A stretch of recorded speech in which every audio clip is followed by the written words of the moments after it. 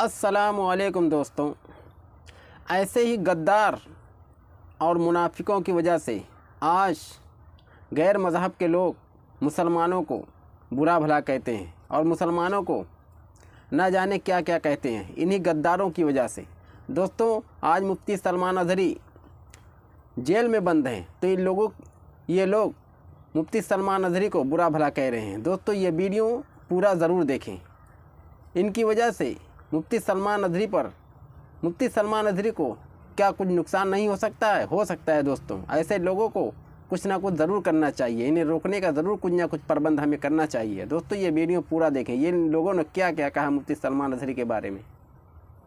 भारत विरोधी गतिविधियों में लिप्त पाकिस्तानी आतंकवादियों के इशारे पर भारत में तहरीक लब्बैक के पैटर्न पर सांप्रदायिक विद्वेष को बढ़ाने का कार्य करने वाला सलमान अज़हरी, जो कि पिछले कई सालों से ग़ज़वा हिंद के प्रोजेक्ट पर कार्य कर रहा था, जिसके संबंध में सूफी खानकाह एसोसिएशन के द्वारा लगातार आवाज़ उठाई जा रही थी और उठाई जा रही है कि ये व्यक्ति धार्मिक समारोह की आड़ में मुसलमानों को गुमराह करने का काम कर रहा है और नौजवानों के अंदर देश के प्रति नफरत और सांप्रदायिक विद्वेष की भावना को बढ़ा रहा है। पिछले कई सालों के द्वारा इस मौलवी सलमान अज़हरी के द्वारा पूरे भारत में सैकड़ों सभाएं करके जहर उगलने का काम किया गया है। इसके संबंध में गुजरात के जूनागढ़ में सलमान अज़हरी के खिलाफ एक FIR दर्ज हुई और सलमान अज़हरी को गिरफ्तार कर लिया गया है। सलमान अज़हरी की गिरफ्तारी का सूफी खानकाह एसोसिएशन स्वागत करती है, क्योंकि ऐसे आतताई तत्व जो देश में सांप्रदायिक विद्वेष को बढ़ाते हों, उनको किसी भी तरीके से खुले में नहीं रखा जा सकता है। इसके पूर्व भी इस सलमान अज़हरी के खिलाफ कर्नाटक के हुबली और धारावाड़ में आधा दर्जन से अधिक दंगे भड़काने के मुकदमे दर्ज किए गए हैं। मिस्र से शिक्षा प्राप्त ये व्यक्ति मुस्लिम ब्रदरहुड की विचारधारा पर कार्य करने वाला है और ये भारत में हमास जैसी व्यवस्था को लाना चाहता है और ग़ज़वा हिंद के एजेंडे को आगे बढ़ा रहा है। इससे पहले भी सूफी खानकाह एसोसिएशन ने कई बार इस व्यक्ति के खिलाफ कार्रवाई करने की अपील की है। हमने आज पुनः एक पत्र केंद्रीय गृह मंत्री को और गुजरात प्रदेश के मुख्यमंत्री और DGP को लिखा है। हम मांग करते हैं कि सलमान अज़हरी को UAPA में निरुद्ध किया जाए और इसके पाकिस्तानी कनेक्शनों की जांच की जाए और साथ ही इसके जो अन्य सहयोगी जो भारत में हैं, जो पाकिस्तानी आतंकवादियों के समर्थक हैं और जो किस प्रकार से इस पूरे देश का माहौल खराब करना चाहते हैं, इन सारी चीजों की जाँच कराई जाए और इस व्यक्ति को कठोरतम दंड दिया जाए, ताकि ऐसे देश तोड़ने वाले तत्व अपनी हदों में रहें। और साथ ही सरकार को यह भी संज्ञान में लेना चाहिए कि जिस प्रकार एक अपराधी के समर्थन में पूरे देश में लोग सड़कों पर उतर रहे हैं, तो इसके पूर्व भी हम लोगों ने अवगत कराया था कि यह लगातार लोगों में विषगमन करके अपना आधार बना रहा है। अभी भी समय है इस पर और इसके समर्थकों के खिलाफ सख्त से सख्त कार्रवाई की। हर बार ये कहा है कि अगर दूसरा एक समुदाय अगर अपने अधिकार के लिए जब पुलिस स्टेशन जाता है, तो वहाँ जाने के बाद वो सिर्फ नारे लगाते उनके लिए, हक के लिए, बराबर है, वो बैठे रहते। पुलिस आप देख लो, कभी भी अगर कोई भगवा रंग का लेके वहाँ पे पहुँच रहा है तो वो नारे लगाएंगे, वो वहाँ पे जल्दी पुलिस स्टेशन के पास मारपीट करते खड़े नहीं रहते। लेकिन हमारे कुछ मुसलमान भाई जो जज्बातों में बह जाते, मैं क्यों बोल रहा हूँ, मैं एक वीडियो है वो भी दिखाऊंगा। जब वहाँ पे गुजरात ATS आई है उनको डिटेन करने के लिए, तो हमारा सबसे पहला फर्ज होता है कि हम कानूनी लड़ाई को कानूनी तौर तरीके से लड़े। लेकिन वहाँ पे सबको सुपर हीरो बनने का, सुपरमैन बनने का है। आजकल जो आप लोग का सोशल मीडिया आ गया है ना, उस पर पॉपुलर होने के लिए, ठीक है, जो लोग मुझे आप बोले ना कि आप क्यों नहीं आए, तो आज कितने लोगों पे FIR हुई वहाँ पे? 16 लोगों के नाम है और 800 लोगों को अभी डिटेन किया जा सकता है। उसमें 332 भी लगा है। यानी कि जब मुफ्ती साहब ने कोई विवादित बयान दिया है या नहीं दिया है, उस पे अगर आपको उनको निर्दोष साबित करना है तो आप फाइट लड़ोगे, आप वहां आओगे, शांति से अपना प्रोटेस्ट करोगे ना। मैंने वही समझाया था कि कानून व्यवस्था न तोड़े आपके वीडियो में, लेकिन वहां पे चंद लोगों ने पथराव किया। आज मैं तुमको बोलता हूं कि 30 लाख से भी ज्यादा लोग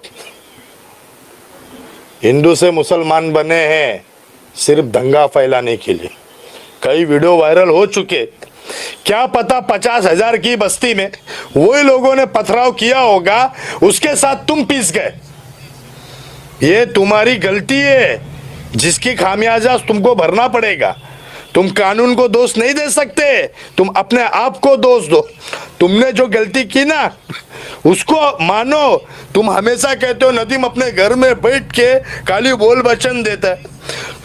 सही है भाई, मैं अंधों को जगाने की कोशिश कर रहा हूं, लेकिन तुम्हारी तरह वहां जाके मार खाने के काम नहीं कर रहा हूं।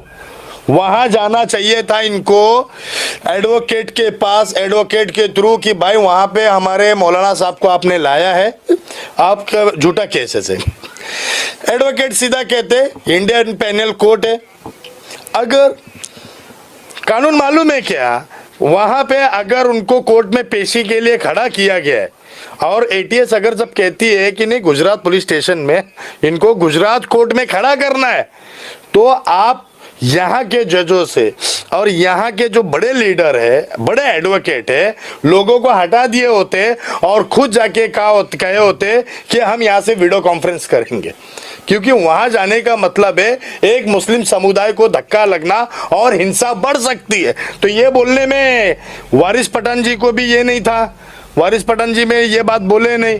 आज कई लोगों पे केस हो गया, जैसे उनको निकाले पथराव चालू कर दिए इन लोगों ने, हुआ ना केस। जेल रहे कि नहीं जेल रहे। अब दूसरी बात आपको मैं बता देना चाहता हूँ, सबसे पहला हम में वो पेशेंस नहीं है कि हम कानून को है ना कानून की तरह से लड़े। इंडियन मुस्लिम ने ये बता दिया कि हम जाहिल है। आपने इन चिंटुओं को बता दिया कि हम पत्थरबाज है। घाटकोपर के अंदर जो हिंसा हो गई वहां हम गए थे प्रोटेस्ट करने। आप उस वीडियो को देखो, पुलिस ने आपको कुछ कहा ही नहीं। सब पुलिस शांति से 4 बजे से लेके 3 बजे से लेकर के वो 6 बजे तक का आपको कोऑपरेट कर रही थी। भाई वहां पे थे आप नहीं थे क्या? लाठी मारना चालू कर दी थी। आप बताओ, कोऑपरेट कर रही थी कि नहीं? लेकिन अंधाधुन मारना ये भी तो गलत है ना। मेरी बात तो सुनिए, कोऑपरेट कर रही थी। 500 की पब्लिक थी, 1000 बड़ी लोकल पुलिस थी, तब तक कोऑपरेट हो रहा था ना। तो ये हमारे नेताओं को समझना चाहिए ना कि जब उन्होंने काफी कंट्रोल को बुला लिया, संविधान है, कानून है, जब उनको बुला लिया तो हमारे समुदाय के लोगों को कहना चाहिए था कि भाई तुम पर लाठीचार्ज हो सकता है, तुम अपने आप में खामोशी रखो। और जब लाठीचार्ज हुआ तो भागे क्यों? मरते पड़े रहते वहीं पे, जाते मरी जाते ना। नारे तक मर जाते आप। अरे मरी जाते भाई, नारे तकबीर बोलने में बहुत।